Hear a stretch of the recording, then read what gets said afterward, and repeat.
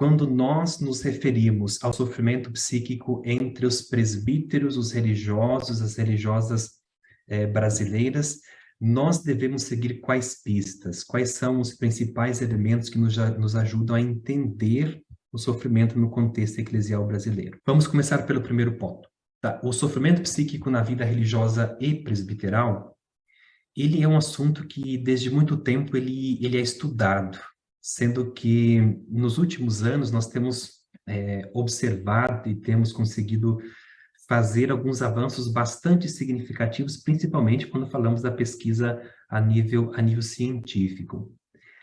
Tá. Os estudos sobre a saúde mental dos presbíteros e dos religiosos consagrados, em uma perspectiva histórica, muitas vezes eles se reduziram a observações.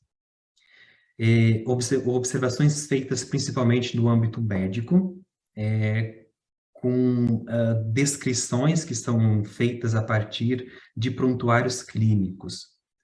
Esta é uma ideia bastante interessante, tem trazido uma compreensão bastante ampla sobre essa questão da vida religiosa e presbiteral, mas também acabou por se reduzir em uma perspectiva um pouco individualista, no sentido de que as diversas problemáticas e o sofrimento psíquico na vida religiosa e presbiteral muitas vezes tem como ponto desencadeante até mesmo o contexto socio-religioso, interrelacional, aonde essas pessoas elas estão inseridas e convivendo entre si. Então, isso também precisa ser considerado quando nós falamos da vida religiosa e presbiteral, principalmente do sofrimento psíquico, sofrimento relacional, enfim, e também, por que não dizer, das diversas psicopatologias que podemos e observamos no âmbito, no contexto religioso, da vida religiosa e presbiteral.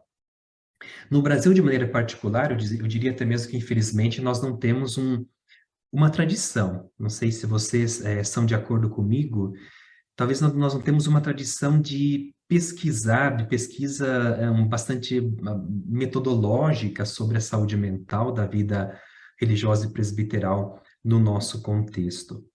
Mesmo que, depois do Concílio Vaticano II, houve uma mudança bastante significativa e se manifestou um maior interesse em compreender aquilo que acontece, eu diria assim, numa linguagem até mesmo metafórica, né?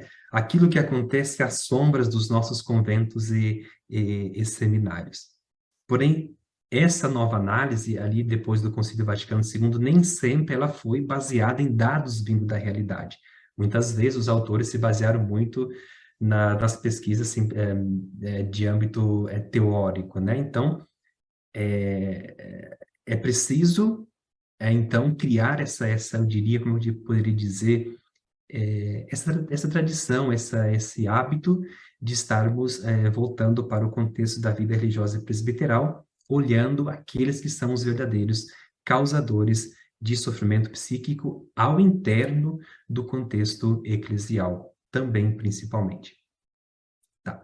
Além disso, poderíamos elencar que tem um certo véu do silêncio sagrado nos nossos ambientes eclesiais, nas nossas comunidades religiosas, talvez nas nossas dioceses, e às vezes se cria uma cultura de que as questões relacionadas ao sofrimento psíquico na vida religiosa e presbiteral se resolve com transferências. Outras vezes pensamos que, ou até mesmo se divulga a ideia de que o religioso, o presbítero, não pode manifestar o seu sofrimento, não pode falar dos seus problemas. Então, é um discurso, muitas vezes, que diz assim: basta um ano sabático, basta que façamos um retiro espiritual, mesmo que seja fundamental e importante. Enfim, criou-se uma cultura, tantas vezes, do deixa para lá. Talvez esse padre, essa irmã, essa religiosa, de vez em quando manifesta os seus problemas, vamos deixar para lá que isso um dia passa. E, infelizmente, acaba por abordar e também entender o sofrimento de uma perspectiva até mesmo um pouco rasa, vamos dizer assim, né? Sem resolver aonde, de fato, os problemas eles se manifestam.